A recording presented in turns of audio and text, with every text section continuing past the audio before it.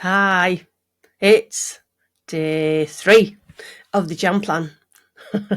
It is Friday, if you've been following this since I started. Fridays, oh wow, your brain just is in overdrive when it gets to Friday. If you deny yourself all week, or maybe you don't fancy it in the week, but definitely Friday, Saturday, and even maybe Sunday. So today is a biggie.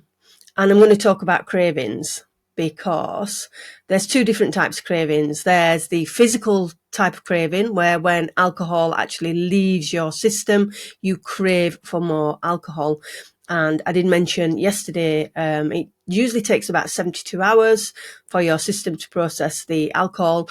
But in some people, it can be up to a week. So you could still have alcohol in your system. So that might be why you're craving.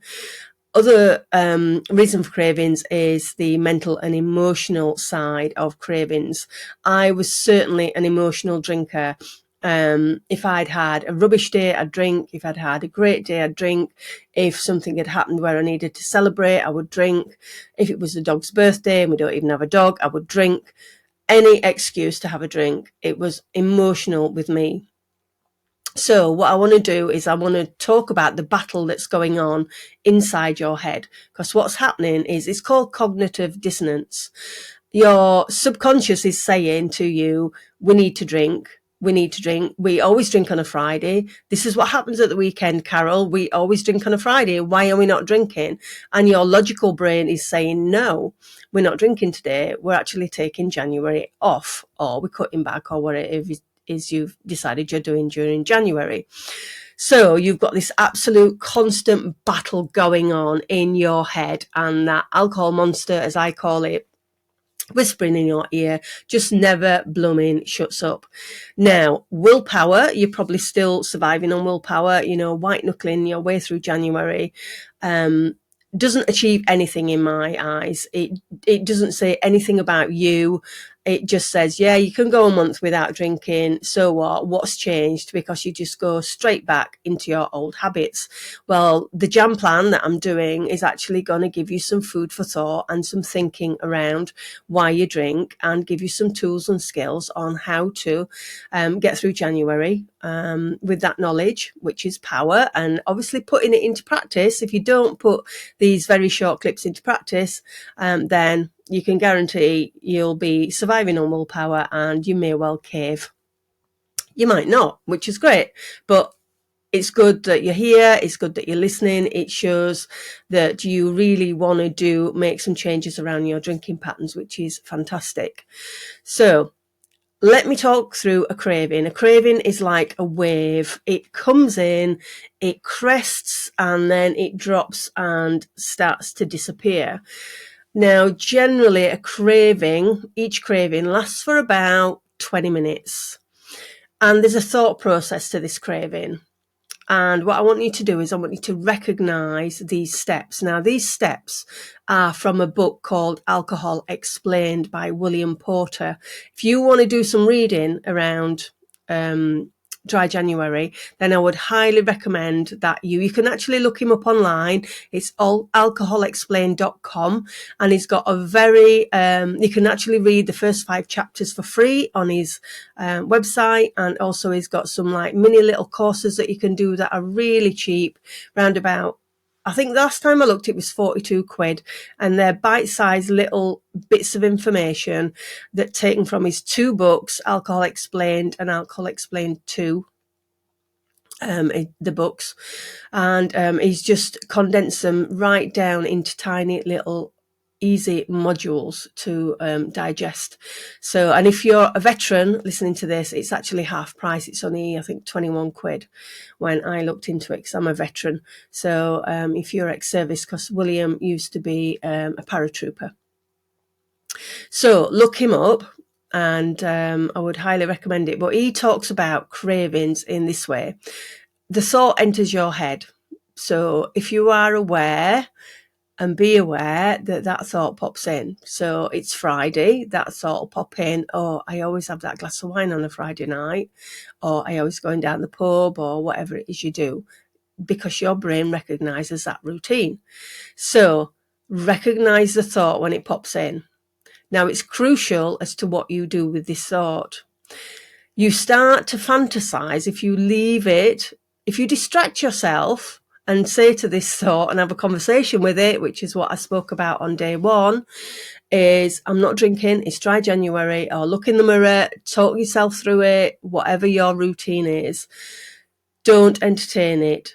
But if you then move on to fantasizing how it'll feel to actually have that glass of wine, you know, conjure up that perfect scenario in your head, you know, where you sat with your partner, you're watching a film and you're having your glass of wine or whatever you drink you have, or you're down the pub with your mates and you're drinking and having a great time.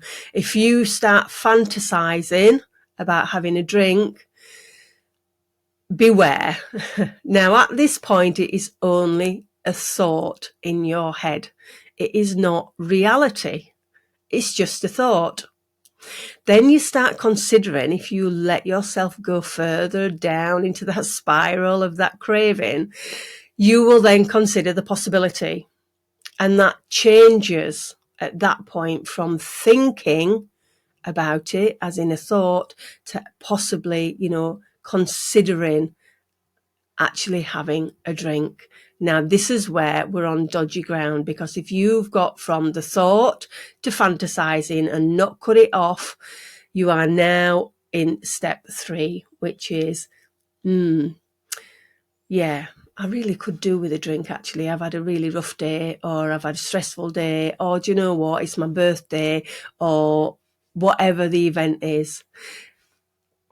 What decision do you make then? We move on to, I mean, in fact, studies have shown that we've actually already made the decision at step 2 or 3. So when you start fantasizing, our subconscious mind has already made the decision for us that we're going to drink. Or step 3, when we start considering a drink. It's just our conscious mind hasn't got the post-it note yet. So we make the decision to drink much earlier on when we start fantasizing, and then we start thinking about the possibility. So just be aware of the thought process. So what happens? Your subconscious has decided already that you're going to drink, but you're still thinking about the possibility.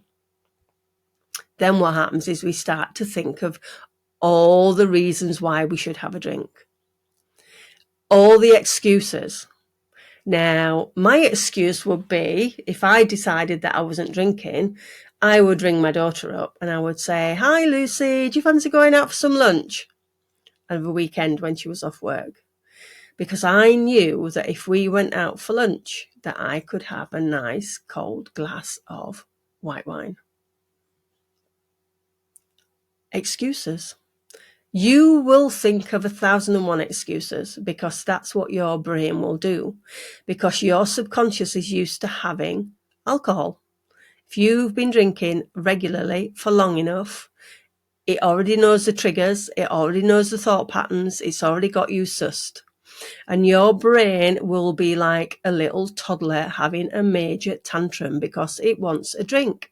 So when that craving comes and that thought pops in, distract yourself or talk to it and tell it. If you've given it a name, that voice in your head, tell it you're not drinking. You're having dry January off. Because the more you actually start talking to this voice in your head, the more it will get the message that you're not drinking. So be aware of the craving when it comes. First of all, it only lasts 20 minutes and it's like a wave. It will come in slowly, it will crest, and you'll get that really intense, I need a drink. Go and do something else. Go for a walk, clean that cupboard out in the house that you've always been meaning to do. Go and wash the car. Go and stick some ear pods in and listen to a podcast. There's some fantastic sober podcasts out there that you can listen to. Stick your nose in a chapter of a book, because what will happen is it'll crest, that feeling, and then it'll wane and it will go away. Now, you may get several cravings. 7 o'clock might be your craving time. Just be aware and plan, because just recognizing when that time comes, that craving, that trigger hits, which we spoke about yesterday. If you want to go back and listen around triggers, that craving will come. So be aware, plan, listen to that thought when that thought pops in your head about a drink, be aware. Don't let it fester. Don't let it move on to step 2, step 3, step 4, and then end up drinking. So hope that's helpful. Cravings are a biggie.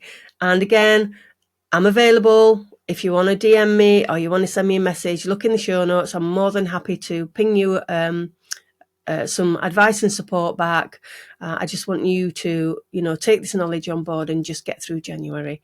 So you take care. Have a great day, whatever it is you're doing, and I'll catch you tomorrow. Bye.